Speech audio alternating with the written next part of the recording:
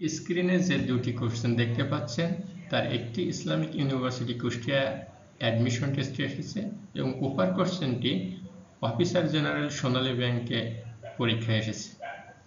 দুইটা একই grammatical sense থেকে এসেছে এবং আমরা একটা প্রশ্ন প্রথম পড়ে দেখি। The jury insisted that the jury return A verdict immediately. এর অর্থ হচ্ছে জুরি জোর দিল যে, জুরি মানে বিচারকগণ জোর দিল যে বিচারকদের দ্রুত একটা রায়ে পৌঁছানো উচিত। সেই অর্থে সবাই কনফিডেন্টলি শুড রিটার্ন অ্যান্সার দিবে এবং কনফিডেন্টলি সেটা 100% ভুল করবে। তাহলে এখানে অ্যান্সার হবে কোনটা?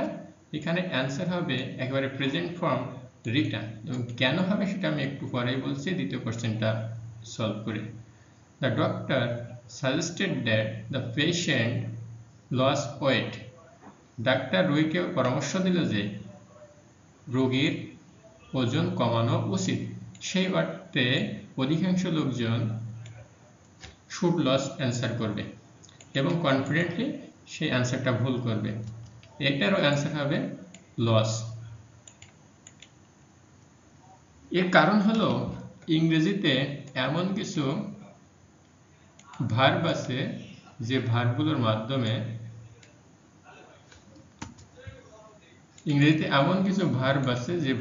মাধ্যমে একজন চাই অন্যজন কিছু কাজ করুক।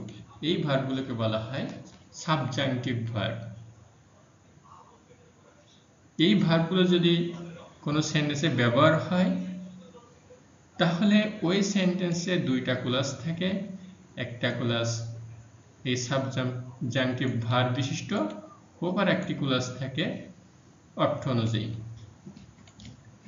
যদি প্রথম ক্লাসে সাবজাংটিভ ভার্ব থাকে অথবা সাবজাংটিভ অ্যাডজেক্টিভ থাকে তাহলে দ্বিতীয় ক্লাসে যে ভার্বটা ব্যবহার হবে ওই ভার্বটা প্রেজেন্ট ফর্মে হবে, অর্থাৎ একেবারে V1 রূপে হবে। তাহলে এখানেও প্রেজেন্ট রূপে রিটার্ন হবে আর দ্বিতীয়তেও ভার্বের প্রেজেন্ট ফর্ম হিসেবে লস হবে, LOS লস হবে। LOS হবে না, কারণ LOS একটি নাউন, এটি ভার্ব নয়। এখন আমাদের জানতে হবে সাবজাংটিভ ভার্ব কোনগুলো অথবা সাবজাংটিভ অ্যাডজেক্টিভ কোনগুলো।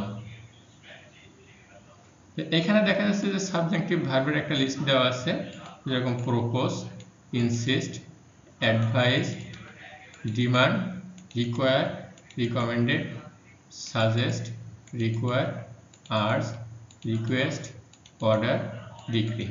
তাছাড়া সাবজাংটিভ কিছু অ্যাডজেক্টিভ আছে যে অ্যাডজেক্টিভগুলো থাকলে এই এক নিয়ম প্রযোজ্য হবে: necessary, urgent, obligatory, imperative and mandatory.